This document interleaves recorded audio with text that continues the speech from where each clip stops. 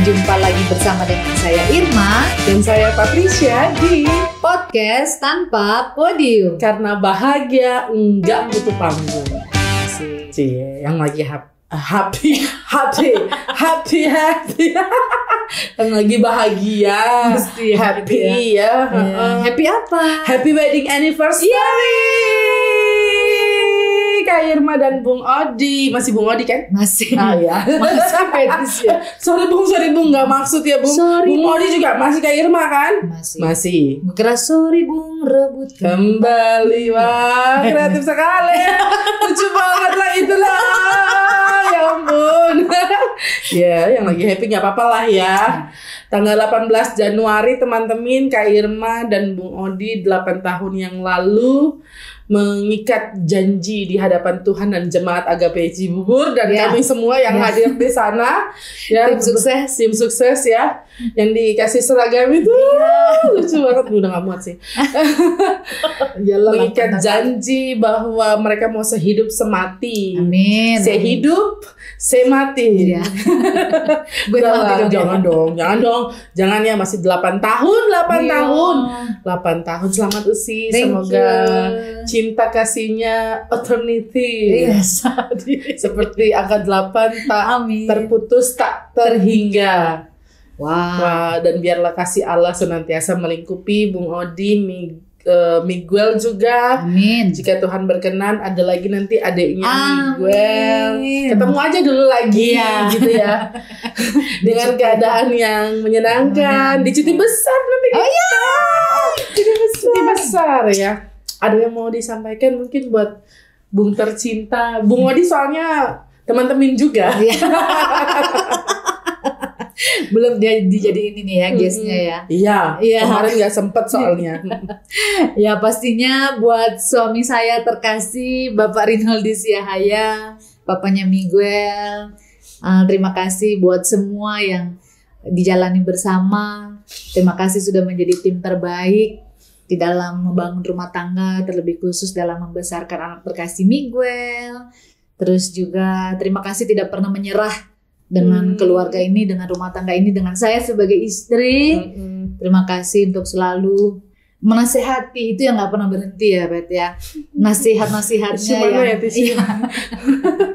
Oke, ini aja sudah ya. Apa? Enggak. Salah aman. Terima kasih mengganggu Patricia supaya semoga kita tetap selalu disayang sama Tuhan, supaya rumah tangga kita tetap utuh dan selalu ada dalam kekuatan cinta kasih Tuhan. Ya zaman sekarang kan ya Bu ya. Benar. Banyak tantangannya dalam hidup rumah tangga gitu. Cuma banyak yang bikin gak utuh ya. Yang Noel itu bikin gak utuh.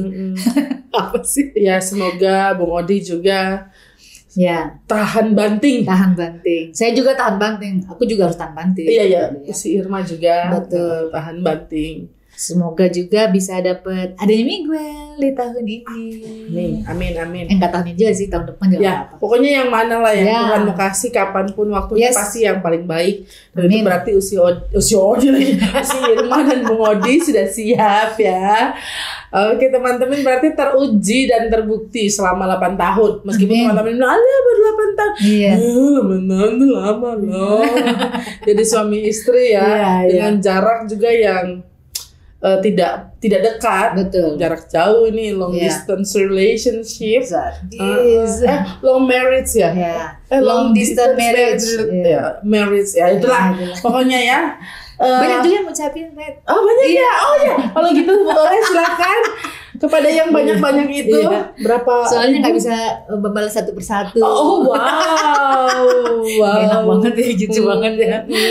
Aduh, enggak lah. Yang pastinya cuma mau bilang aja terima kasih buat keluarga yang sudah memberikan ucapan dan doa, tim podcast Tanpa Podium yang ketika keluar dari kamar nyala lampu gitu ya, surprise. Wow, itu sangat-sangat disengaja surprise-nya ya, sangat terencana itu. Yang pasti terima kasih, semoga semua doa yang diberikan oleh teman-teman dijawab oleh Tuhan. Indah pada waktunya. Amin, amin, amin. Jadi kalau menjadi istri, menjadi ibu, sudah terbukti baik lah. Amin, semoga. Bahkan berusaha menjadi yang terbaik. Istri yang teramat baik. Kita bakti nomor berapa teman-teman? Aku juga lupa. Boleh jarang nyanyiin. Iya, itu hanya dinyanyikan di PKP. Iya. Kalau nggak PKP hari ibu. Ya bener banget. Tapi intinya kalau jadi istri, jadi ibu, udah yang paling baik lah yang bisa Kak Irma berikan. Kalau jadi pendeta gimana? Karena kita kan bahas soal itu tuh, ada pertanyaan seputar panggilan pengutusan ya, bukan hanya sekadar profesi, tapi panggilan pengutusan kita sebagai pendeta pelayan firman dan sakramen di GPIB. Gimana? Kita bacain dulu ya. Bacain dulu. Oke, siap. Pertanyaannya dari Vivi. Oke, ini salah satu dari banyaknya pertanyaannya. Kita sortir ya, banyak banget soalnya usia yang masuk ini. Takutnya episodenya habis ditanya PTP ya. Iya, betul. Hashtag ya. Oke. Ya, ini pertanyaannya dari Vivi yang mau bertanya untuk kita berdua. Kayaknya satu aja deh. Tapi tidak apa-apa lah berdua ya. Mau menjadi pendeta yang baik atau pendeta yang terbaik? Dan apa alasannya memilih dari salah satu itu? Apa Non? Jadi gini. Aku mungkin mulai jawabnya dari kenapa aku jadi pendeta. Karena mengapa ya, katanya kata bakunya mengapa ya, sudahlah, kita kan nggak baku-baku ya. Kenapa jadi pendeta? Dari umur 5 tahun aku pengen jadi pendeta. Sama sih. Oh sama ya? Sama. Iya, pas di ulang tahun ke-5, jadi 20 tahun penantian. Aku kan diteguhkan 25, masih 27 berarti. Aku enggak, 28. Aku diteguhkan 2012 tuh berarti 28. Oh, masih 28. Kok berasa kayak 18? Ya mulai. Nggak jadi teman-teman. Oke. Aku diteguhkan pas umur 25 di Immanuel Malang. Jadi 20 Mei 2012. Aku kan penantian waktu itu. Iya. Karena Kak Irma sempat sudah lulus di beberapa tes, hanya karena satu nggak lolos, sehingga kemudian mundur ya, buka tes berikutnya bersama dengan angkatan kami. Jadi memang aku, teman-teman, banyak sekali teman angkatannya tuh yang kakak-kakak tingkat gitu, karena mereka ikut, mereka ambil jatahnya kami. Enggak deh. Nah, lalu kenapa mau jadi pendeta? Karena saat itu ngelihat dulu di rumah itu sih, waktu kecil itu papa mama suka sekali dalam tanda petik menampung ya, enggak menampung lah, memberi rumah sebagai tempat entah mahasiswa praktek, vikaris untuk tinggal di rumah. Lalu lihat bagaimana mereka melayani itu kayak, kok mau aja ya. Terus dulu guru-guru sekolah minggu di Ambon, terus waktu aku kecil kan di Maluku Tenggara juga di Tual itu, mereka bukan cuma sekadar jemput, tapi sampai kalau belum mandi ya udah dimandiin, disiapin. Ini bukan orang tuanya malas ya, kadang-kadang orang tuanya kan lagi ada kerjaan mungkin dan lain sebagainya. Jadi akhirnya segitunya kok mau melayani, tertarik, lalu pengen, jadi tercetuslah cita-cita jadi pendeta. Nah itulah long short story. Betul ya bahasanya? Betul. Singkat cerita. Biar kayak orang-orang di podcast tetangga itu betul. Singkat cerita itu, teman-teman, aku pengen banget jadi pendeta. Nah, kalau bicara soal pengen banget jadi pendeta, berarti harusnya jadi pendeta yang terbaik gitu, versi terbaiknya kita lah. Karena apapun yang Tuhan berikan juga pasti yang paling baik. Aku ingat kata Pak Yowas itu kan, Yowas Adi Prasetya ya, Bapak sekali-sekali kita ketemu lah ya, Pak, kita ngobrol ya Pak. Semoga dengar ya Pak. Aduh, podcast ini Pak. Ya, jadi beliau itu bilang gini, kalau di salah satu bukunya deh, Labirin Kehidupan yang 2, kalau nggak salah yang musik kasih itu, dia bilang kan kalau spiritualitas cukup tuh penting. Kita harus merasa cukup terhadap apa yang Tuhan beri. Tapi ketika kita memberi kepada Tuhan, harusnya nggak boleh ada rasa cukup. Betul. Karena kayaknya nggak cukup apa yang kita kasih ke Tuhan gitu. Jadi kalau pertanyaannya mau jadi yang baik atau yang terbaik, ya harusnya yang terbaik. Karena kayaknya bahkan kita kasih yang terbaik pun rasanya belum cukup, nggak sebaik ya, masih kurang ya dengan apa yang Tuhan beri. Mungkin itu dulu sih. Kalau sih gimana? Ya kalau disuruh memilih mau jadi pendeta yang baik dan yang terbaik sih pasti milihnya juga sama kayak Petrus tadi, memilihnya yang terbaik ya. Karena nggak mungkin lah ketika kita sudah ada di titik ini terus kita mau berusaha untuk main-main gitu ya. Dan mengukur dulu yang penting gue asal jalan aja, asal pelayanan aja, nggak sampai segitunya ya. kadang-kadang banyak hal yang kita korbankan, kadang-kadang ada banyak hal yang kita mesti sisihkan lebih dulu ya, untuk kita bisa fokus dulu ke pelayanan, apalagi kalau kita udah konteksnya berkeluarga, Pet. Itu kadang-kadang dilema tuh ya. Betul. Maksudnya di satu sisi kita pelayanan mesti tetap jalan, tapi di satu sisi juga ada keluarga yang perlu kita perhatikan gitu. Betul. Dan itu juga menjadi bagian pergumulan. Tapi di satu sisi justru karena situasi seperti itu, kita selalu terdorong untuk memberikan yang terbaik gitu ya. Walaupun sebenarnya dalam upaya kita memberikan yang terbaik, orang belum tentu juga puas dengan apa yang kita berikan. Kita sendiri aja tadi yang Pet bilang belum tentu puas dengan apa yang kita berikan gitu kan. Tapi ya kalau disuruh pilih ya pasti kita mau jadi pendeta yang terbaik, karena memang sama kayak Pet juga, aku umur 5 tahun juga, Pet. Gitu. Kenapa Cuman tuh? aku mungkin bukan karena itu ya. Aku cuma karena waktu itu ada di gereja gitu ya. Terus entah kenapa aku lagi jalan, biasa anak kecil kan ya, mondar mandir. Ya, pas lagi jalan di tengah-tengah jalan mondar mandir dalam ruang gereja, ruang ibadah itu, aku tiba-tiba kok ngeliat siapa ini ya? Dulu kan toga hitam ya. Siapa ini orang ya? Kok dia ngomong ini orang kok di bangku-bangku ini kok pada dengar gitu ya. Terus sepertinya dia kayak ya punya karisma yang mempesona gitu ya buat aku pada saat itu. Dan memang waktu itu aku langsung terpikir, aku bilang, Ma, aku mau jadi kayak dia. Aku bilang gitu ya. Aku belum tahu itu pendeta. Oke, kata Ma, pendeta. Jadi ya dulu ya zamannya yang kita isi diary itu ya. Cita-cita kan ada diary ya. Selalu aku tulis cita-citanya pendeta. Dan mungkin ya Pet juga pasti begitu. Menjadi pendeta yang terbaik itu bukan ketika lo masuk vikaris, ketika lo diteguhkan, enggak. Tapi ternyata ketika kita punya kemauan, walaupun kita nggak ngerti waktu itu masih anak 5 tahun, tapi dari sejak itu kita kayaknya udah disiapin juga sama orang tua. Ya. Jadi kalau kita ini mau jadi pendeta, kita tuh dilibatkan di PA, kita kan GPB banget ya. Aku lah GPB banget dari kecil. Jadi dari PA, PT, GP, itu memang aku harus rajin ibadah itu untuk terlibat di situ gitu ya. Jadi memang ya nilai sih nggak seberapa ya di kampus gitu ya. Tapi kemampuan untuk beradaptasi dengan pelayanan itu cukup menolong kita gitu. Jadi bicara menjadi yang terbaik bukan sekarang doang nih apa yang kita bisa lakukan dalam pelayanan, tapi bagaimana kita mempersiapkan diri juga untuk bisa kemudian terdorong memberikan yang terbaik gitu ya. Makanya betul Usi, kalau orang biasa terlibat dalam pelayanan, ketika dia misalnya kita mahasiswa lalu praktek, ketika kita vikaris kita menikmati. Karena ya memang kita hidupnya di situ, kita menikmati dinamikanya, berantem di panitia, berantem mungkin di pendapat adu pendapat di pengurus pelayan gitu, karena ya kita asalnya dari sana. Tapi kalau kita nggak terlibat dalam pelayanan, lalu moro-moro karena tugas kampus saja, akhirnya kita nggak into gitu dengan apa yang memang harus kita lakukan sehari-hari.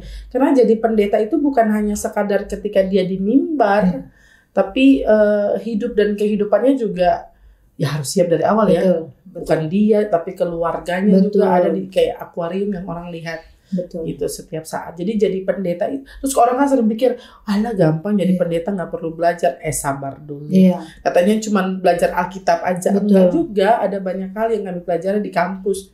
Semester 1 pengantar itu ya, perjanjian baru, bahasa Ibrani, Yunani dan lain sebagainya, latihan khotbah, agama-agama lain, agama suku budaya juga, teologi kontekstual dan lain sebagainya. Nggak, aku cuma meluruskan aja karena kadang-kadang orang pikir mungkin kita nggak ngapa-ngapain di kampus.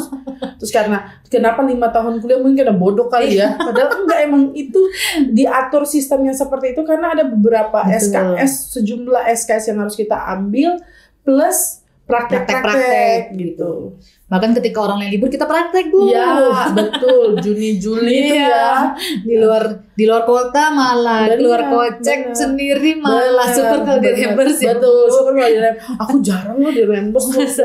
Aduh. Memang jarang, kadang-kadang kita perginya aja sendiri, pulangnya biasanya dibantu betul. Dan ini apa juga berkaitan dengan menjadi pendeta yang terbaik itu, yang pasti kalau dari pengalaman kita ya, berdamai aja dengan segala tantangan yang ada, medan pelayanannya, orang-orangnya seperti apa. Dari situ sih kita udah mulai bisa. Jadi kalau lu jadi pendeta, terus lo, gue di ini ya, justru sebenarnya itu sudah makanan kita hari-hari. Betul. Meskipun memang nggak harus dilanggengkan tuh kebiasaan-kebiasaan jemaat yang seperti itu ya.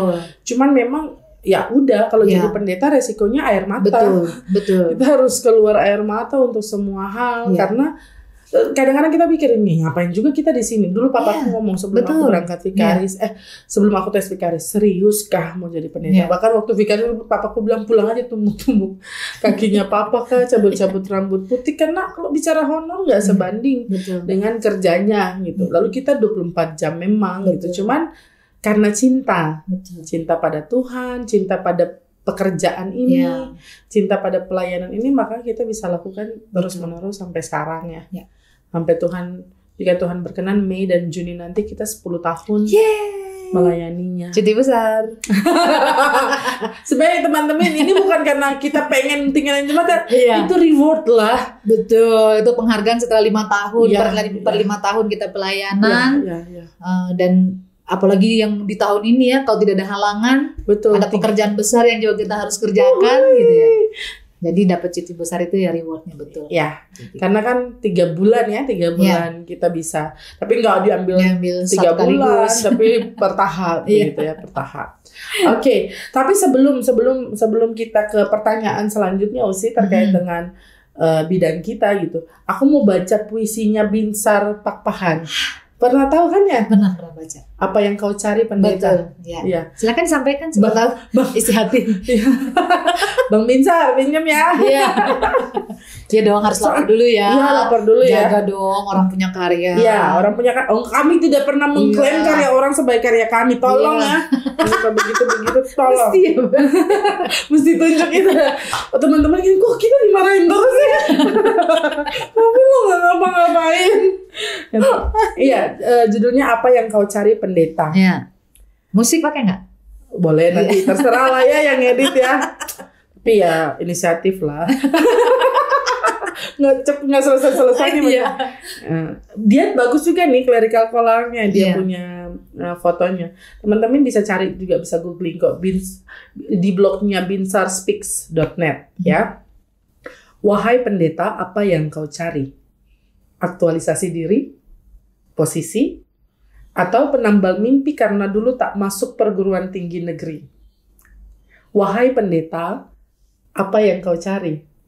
Nama hebat, keuangan sehat, atau pertikaian dengan teman sejawat. Ah pendeta, bukankah engkau sudah mengikat diri kepada Sang Empunya hidup ini, mengabdi, bersaksi, melayani? Tak perlu takut ketika kau tak punya uang. Tak perlu rendah diri ketika makan selalu kurang. Tak usah panik ketika harapanmu tak kunjung datang. Karena apa yang sebenarnya kau cari, pendeta? Apakah kau masih percaya pada apa yang kau ucapkan setiap minggu bahwa Tuhan akan menjagamu? Masihkah kau ingat lagu yang kau nyanyikan bahwa Tuhan tak pernah meninggalkan? Terngiangkah engkau akan keputusan untuk melayani Tuhan? Apakah engkau masih menjawab seperti ini, pendeta?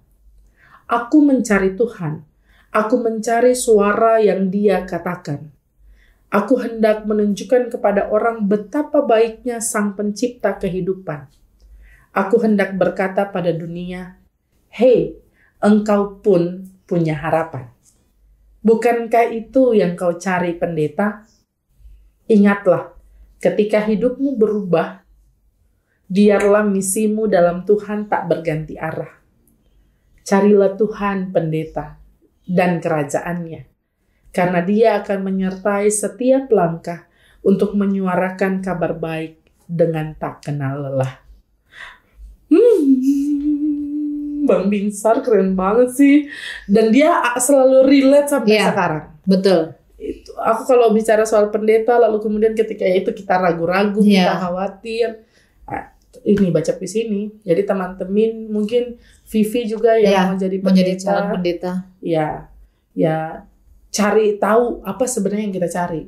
Karena kalau kita sudah ngerti bahwa kita hanya menjalankan misi Tuhan, kita berjalan seturut dengan arah yang Tuhan tunjukkan, ya memang lelah ada, tapi kita nggak nyerah. Kalau lelah istirahat, Iya, jangan nyerah.